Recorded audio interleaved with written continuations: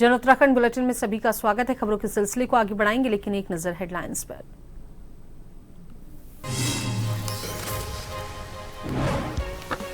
Parade ground Dehradun में 121 feet Ravan का दहन, आतिशबाजी से गूंजा आसमान, जयकारों से महका वातावरण। मुख्यमंत्री राज्यपाल संग हजारों श्रद्धालु बने साक्षी, बारिश में भी उमड़ा जनसैलाब। गांधी जयंती के अवसर पर सीएम धामी ने राष्ट्रपिता की प्रतिमा पर माल्यार्पण कर किया नमन। उनके सत्य, अहिंसा, सादगी के संदेश को राष्ट्र निर्माण का बताया मार्गदर्शक।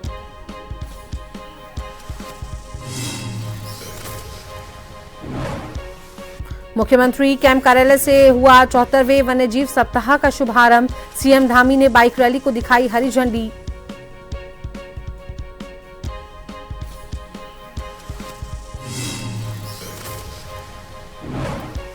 सीएम ने यूपी के मुजफ्फरनगर में रामपुर तिराहा शहीद स्थल पर राज्य आंदोलनकारी को दी श्रद्धांजलि। स्थल के रीडेवलपमेंट और संग्रहालय को भव्यता प्रदान करने का किया ऐलान।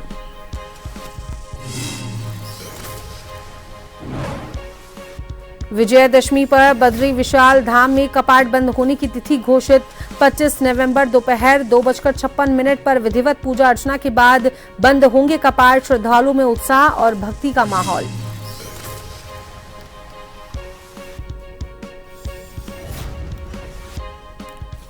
तो चलिए बात कर लेते हैं खबरों पर विस्तार से। तो देहरादून के परेड ग्राउंड में विजयादशमी का पर्व धूमधाम से मनाया गया। बारिश के बावजूद हजारों लोग 121 फीट ऊंचे रावण दहन को देखने पहुंचे। लोग प्लास्टिक और कुर्सियों से खुद को ढककर भीगते हुए डटे रहे। धार्मिक अनुष्ठान और सांस्कृतिक कार्यक्रमों ने माहौल को भक्तिमय बना दिया। मुख्यमंत्री पुष्कर सिंह धामी, राज्यपाल और कैबिनेट मंत्री गणेश जोशी भी मौजूद रहे। बन्नू बिरादरी के बैनर तले हुई इस आयोजन में आतिशबाजी से आसमान जगमगा उठा और जयकारों से मैदान गूंज उठा।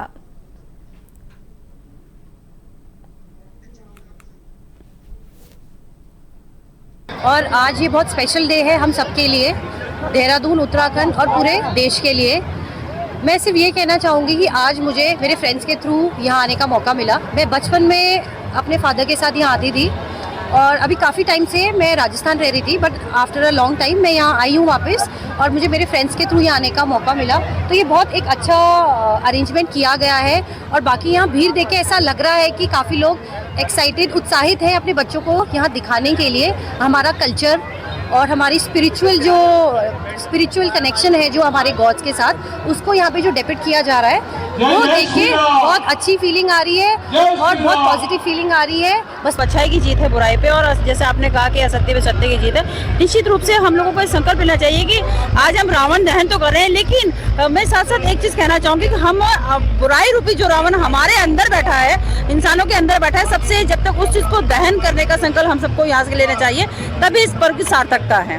तो इस समय मेरे पीछे आप देख सकते हैं कि रावण दहन शुरू हो चुका है। 121 फुट का ये जो रावण का पुतला इस बार बनाया गया था, यही मुख्य आकर्षण का केंद्र बना हुआ था। सारे जो दून वासी हैं वो लगातार यहाँ पर जो भीड़ है वो उमड़ पड़ी थी। 100 फीट ऊंचा जो ये रावण था इसको देखने के लिए, और इसका दहन भी अब शुरू हो चुका है। सबसे पहले जैसे हमने आपको दिखाया कि हनुमान जी ने लंका का दहन किया, लंका दहन के बाद फिर यहाँ पर पीछे मेघनाद वध हुआ। मेघनाद वध के बाद कुंभकर्ण को जलाया गया और कुंभकर्ण जलाने के बाद अब यहाँ पर जो है रावण जो 121 फीट का था उनका जो दहन है वो शुरू हो गया है। यहीं पर परेड ग्राउंड में देहरादून में दूनवासी जो है उनमें जो उत्साह है वो किस अलग ही पैगाम पे देखने के लिए मिल रहा है। हम अपने पीछे आपको दिखा सकते हैं कि किस तरीके से यहाँ पर जो ऑडियंस है, यहाँ के जो लोग हैं वो लगातार उत्साह से यहाँ पर फोटो खींच रहे हैं। वह 121 फुट ऊंचे जो यहाँ के जो रावण जलने का जो है एक यहाँ पर इन्होंने मनोरंजन किया है और यहाँ पर जो उत्साह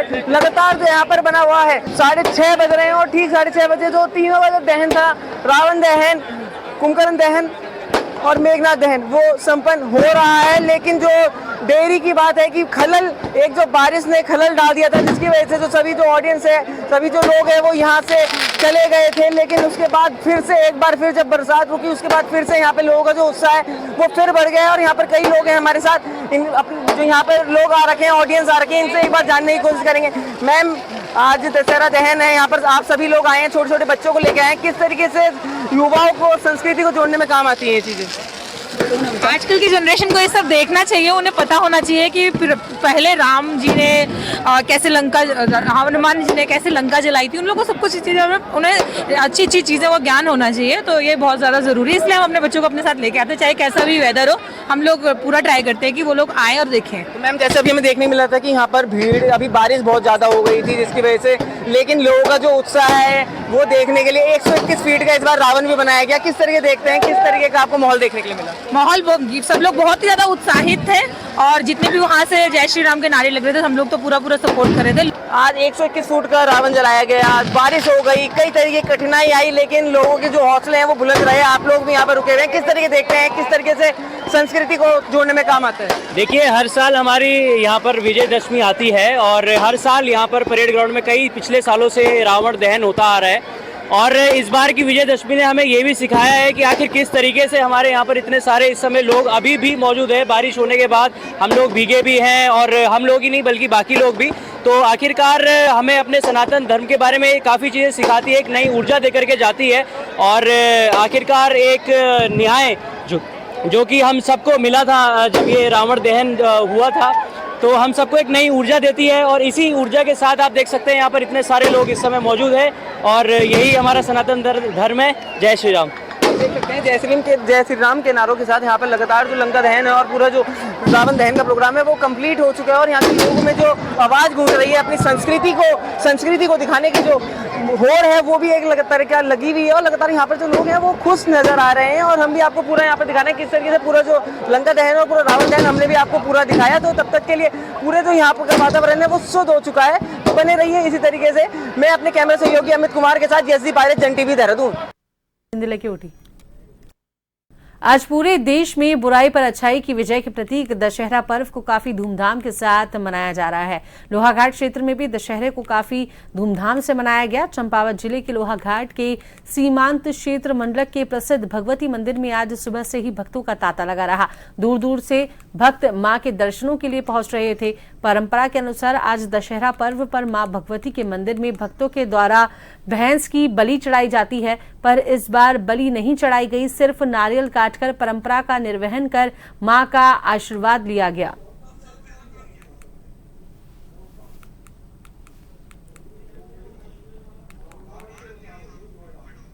प्रमुख कार्यक्रम ये होता है कि पहले तो पशु बलि होती थी, कटरा आता था। अब जो है अब परिवर्तन आया, तो इसके बाद नारियल का जो है यहाँ कार्यक्रम चलता है। नारियल की सेवा होती है। इसमें जो है पहले मच्छी फल से होते हुए कटटुकरा, बड़म, चल्ला होते हुए मटलक आता था। और दूसरी तरफ जो पाली का कार्यक्रम था वह जो है भुंगा होते हुए, काकड़ी होते हुए यह मंदिर में, देवी मंदिर मटलक में आता है। इसी प्रकार से पहले भी लेटी से, तीसरे साल लेटी से ये कार्यक्रम चलता था, वहाँ से भी सेवा आती थी। यहाँ मटलक मंदिर में सब लोग हर्षोल्लास के साथ यह कार्यक्रम मनाते हैं। तो वहीं नैनीताल में धूमधाम से मां दुर्गा का उत्सव मनाया गया। नैनीताल में मां नैना देवी मंदिर से डोला निकला जो पूरे शहर में भ्रमण करता हुआ निकला। लोगों ने मां के जयकारे लगाए, बैंड बाजे के साथ मां के गीत गाए गए। तल्लीताल पाषाण देवी के पास विसर्जन किया गया।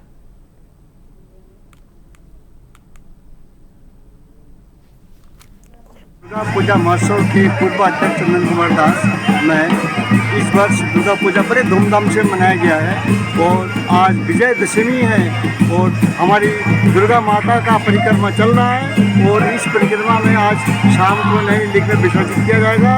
उसका साथ शांति जल स्थापना की जाएगी। गांधी जयंती के अवसर पर सीएम धामी ने राष्ट्रपिता की प्रतिमा पर माल्यार्पण कर श्रद्धांजलि अर्पित की।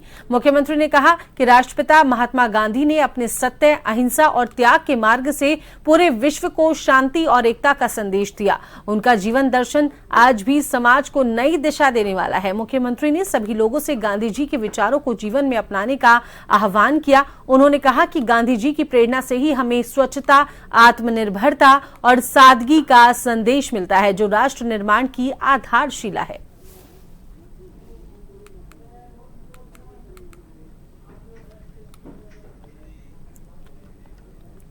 भारतीय जनता पार्टी उत्तराखंड में संगठनात्मक और सामाजिक कार्यक्रमों की श्रृंखला को आगे बढ़ा रही है। पार्टी के प्रदेश महामंत्री कुंदन परिहार ने बताया कि प्रधानमंत्री नरेंद्र मोदी के जन्मदिन से शुरू हुआ सेवा पखवाड़ा महात्मा गांधी और लाल बहादुर शास्त्री की जयंती के साथ संपन्न हो रहा है। इसके साथ ही भाजपा अब अगले चरण में जीएसटी सुधार से जुड़ा अभियान शुरू करने जा रही है। वहीं 25 सितंबर से लेकर 25 दिसंबर तक आत्मनिर्भर भारत अभियान चलेगा, जिसके अंतर्गत जिलों और मंडलों में कार्यशालाएं आयोजित की जाएंगी और इसके बाद अभियान को व्यापक स्तर पर आगे बढ़ाया जाएगा। अभी संपूर्ण देश भर में भारतीय जनता पार्टी के जो 3 अभियान चल रहे हैं, उसी के निमित्त हमारे उत्तराखंड में भी ये अभियान सतत रूप से चल रहे हैं। आदरणीय प्रधानमंत्री नरेंद्र मोदी जी के जन्म दिवस से लेकर के आज महात्मा गांधी की जन्म जयंती और लाल बहादुर शास्त्री जी की जन्म जयंती तक हमारा सेवा पखवाड़ा एक कार्यक्रम चल रहा था। आज ये हमारा पहला कार्यक्रम ये संपन्न हो जाएगा। इसके साथ साथ हमारा जो दूसरा कार्यक्रम है नेक्स्ट जीएसटी रिफॉर्म का, वो भी साथ साथ हमारा कार्यक्रम चलने वाला है। और जो तीसरा कार्यक्रम हमारा पंडित दीनदयाल उपाध्याय जी के जन्म जयंती अर्थात 25 सितंबर से लेकर के श्रद्धेय अटल बिहारी वाजपेयी जी की जयंती 25 दिसंबर तक जो हमारा आत्मनिर्भर भारत अभियान है वो चलने वाला है। इस अभियान के तहत हमारे जिलों की कार्यशाला होनी है, उसके बाद मंडलों की कार्यशाला होनी है, तत्पश्चात अभियान हमारा आगे बढ़ेगा। मुख्यमंत्री पुष्कर सिंह धामी ने गुरुवार को मुख्यमंत्री कैंप कार्यालय में वन्यजीव सप्ताह का विधिवत शुभारंभ किया। इस अवसर पर उन्होंने वन विभाग की बाइक रैली को हरी झंडी दिखाकर रवाना किया। ये बाइक रैली वन्यजीव संरक्षण के संदेश का प्रचार प्रसार करते हुए घंटाघर, परेड ग्राउंड, सर्वे चौक से होते हुए मालसी जू तक पहुंची। और हर वर्ष अक्टूबर के प्रथम सप्ताह में वन्यजीव सप्ताह मनाया जाता है। इस वर्ष वन्यजीव सप्ताह की 74वीं थीम मानव वन्यजीव सह अस्तित्व रखी गई है।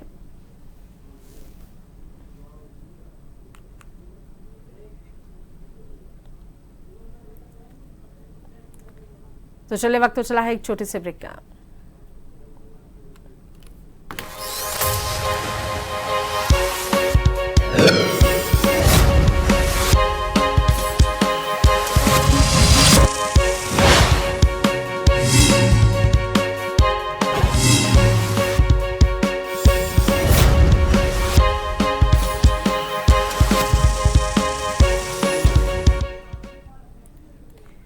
मुख्यमंत्री पुष्कर सिंह धामी ने शहीद स्थल रामपुर तिराहा मुजफ्फरनगर में उत्तराखंड राज्य आंदोलनकारी शहीदों की पुण्य स्मृति में आयोजित कार्यक्रम में भाग लिया। और इस अवसर पर मुख्यमंत्री ने घोषणा की कि रामपुर तिराहा शहीद स्थल के रीडेवलपमेंट का मास्टर प्लान तैयार किया जाएगा। संग्रहालय को भव्यता प्रदान करने के लिए कार्य किए जाएंगे। इस स्थल पर एक कैंटीन बनाई जाएगी और उत्तराखंड की बसों को ठहरने के लिए स्टॉपेज भी बनाया जाएगा।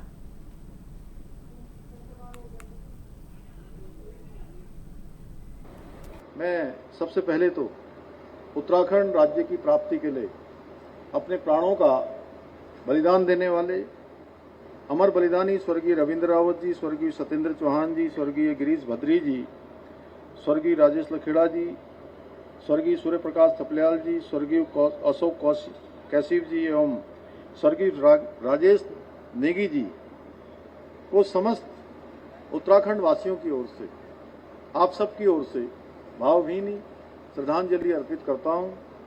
साथ ही मैं उन सभी राज्य आंदोलनकारियों को नमन करता हूं जिन्होंने हमारे बेहतर के लिए, बेहतर भविष्य के लिए, अच्छा उत्तराखंड बने ऐसा सपना देखते हुए अपना वर्तमान दांव पर लगाकर उत्तराखंड राज्य के निर्माण में अपना अद्वितीय योगदान दिया। भाइयों बहनों, 2 अक्टूबर 1994 को रामपुर तिराहे पर घटित हुआ गोलीकांड उत्तराखंड राज्य निर्माण के आंदोलन का, उसके इतिहास का सबसे क्रूर और गहरे जख्म देने वाला अध्याय के रूप में अंकित रहेगा। अल्मोड़ा जिले के विकास खंड सल्ट के भाजपा कार्यालय मौलेखाल में भाजपा मंडल अध्यक्ष सुजीत चौधरी के नेतृत्व में भाजपा कार्यकर्ता व पदाधिकारी ने राष्ट्रपिता महात्मा गांधी और पूर्व प्रधानमंत्री स्वर्गीय लाल बहादुर शास्त्री की जयंती पर उनके चित्र पर माल्यार्पण कर उनका भावपूर्ण स्मरण किया और पर्यावरण मित्र को शॉल उड़ाकर सम्मानित किया गया। सभी ने राष्ट्रपिता महात्मा गांधी और पूर्व प्रधानमंत्री स्वर्गीय लाल बहादुर शास्त्री के बारे में अपने अपने विचार साझा किए। महात्मा गांधी जी की और हमारे लाल बहादुर शास्त्री जी की जयंती पर स्वच्छता कार्यक्रम का आयोजन किया गया, जिस अवसर पर हमारे यहाँ जो हमारे पर्यावरण मित्र हैं सुनील कुमार जी, हमने इनको आज सम्मानित करने का कार्य किया है। इनके द्वारा लगातार निष्ठा और ईमानदारी के साथ अपने कार्य का निर्वहन किया जाता है और कहीं ना कहीं हमारे इस क्षेत्र को साफ सफाई और स्वच्छता से लगातार इन्होंने हमारे एरिया को साफ रखा है, स्वच्छ रखा है और हमें स्वस्थ रहने में कहीं ना कहीं इनका एक बहुत बड़ा योगदान है। 2 अक्टूबर 1994 को रामपुर तिराहा में हुए गोलीकांड की बरसी पर शहीद आंदोलनकारियों को श्रद्धांजलि दी गई। भाजपा सांसद नरेश बंसल देहरादून कचहरी स्थित शहीद स्थल पहुंचे और राज्य आंदोलन के शहीदों की पुण्य स्मृति में उनके चित्र पर पुष्प अर्पित कर नमन किया। इस मौके पर सांसद बंसल ने कहा कि उत्तराखंड राज्य माताओं, बहनों और युवाओं के संघर्ष से हासिल हुआ है। उन्होंने कहा कि मसूरी, खटीमा और रामपुर तिराहा कांड को कभी भुलाया नहीं जा सकता। उस दौर में आंदोलन को कुचलने का वह विभत्स कांड था जिसकी जितनी निंदा की जाए उतनी कम है। उन्होंने कहा कि शहीदों के बलिदान को याद करते हुए हमें उत्तराखंड को एक विकसित और गौरवशाली राज्य बनाना होगा। उन्होंने दावा किया कि आज उत्तराखंड देश के टॉप 10 राज्यों में शामिल है और सरकार शहीदों के सपनों के अनुरूप इसे आगे ले जाने के लिए निरंतर कार्य कर रही है।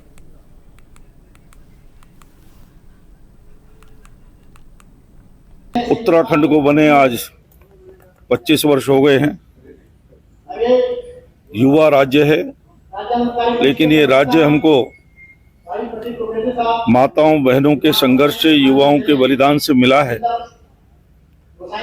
मसूरी, खटीमा और रामपुर तिराहा कांड हम कभी जीवन में भूल नहीं सकते। किसी भी आंदोलन को कुचलने का वो एक विभत्स कांड था, जितनी निंदा की जाए कम है। मैं उन सब को नमन करता हूं जो इन कांड में पीड़ित हुए, जिनका बलिदान हुआ। नैनीताल जिले के रामनगर से एक युवक शातिराना तरीके से फॉर्च्यूनर कार चोरी कर भाग निकला। युवक ने शुक्रवार शाम उधम सिंह नगर जिले के काशीपुर पहुंचते ही प्रतापपुर पुलिस चौकी का बैरियर तोड़ दिया। यही नहीं, आगे सड़क पर जा रहे पूर्व सांसद केसी सिंह बाबा के पुत्र और पुत्रवधू की स्कॉर्पियो कार को जोरदार टक्कर मार दी, जिससे उनकी गाड़ी क्षतिग्रस्त हो गई। हादसे के बाद आरोपी युवक मौके से खेतों की ओर भाग खड़ा हुआ। फिलहाल रामनगर और काशीपुर पुलिस आरोपी की तलाश में जुट गई है।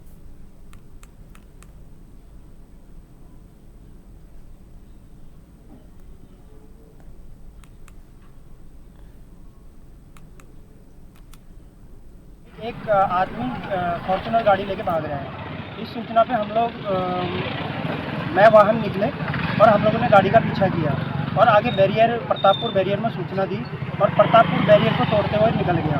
और जैसे हम लोग उसका पीछा कर रहे थे तो इस जगह पे आके वो आगे से आ रही है गाड़ी से टकराया और पेड़ से टकरा के भाग गया। उसकी गाड़ी पेड़ से टकरा गई। फिलहाल उसकी खोजबीन जारी है। ऐसा था कि 3 बजे के करीब हमें 2 दिन से फ़ोन आ रहा था, एक दिन से, कि हमें हमने OLX पे गाड़ी डाली थी बेचने के लिए फॉर्च्यूनर। तो फ़ोन आ रहा था बार बार कि मैं खरीदना चाहता हूँ और गाड़ी देखना चाहता हूँ। तो हमने कहा कि ऐसा शोरूम पर खड़ी है, हम आ गए। तो बाहर रास्ते पे ही मेरी गाड़ी खड़ी थी। तो उसमें अब वो आदमी का आता है 3 बजे की फ़ोन घर पे आता है। मैं वहाँ पहुँच गया हूँ छोटे भाई के पास, बेटे के पास कि आप दिखा दीजिए। मैंने अपने बेटे को भेजा, मैंने कहा गाड़ी दिखा दी। तो वो चलाने लग गया।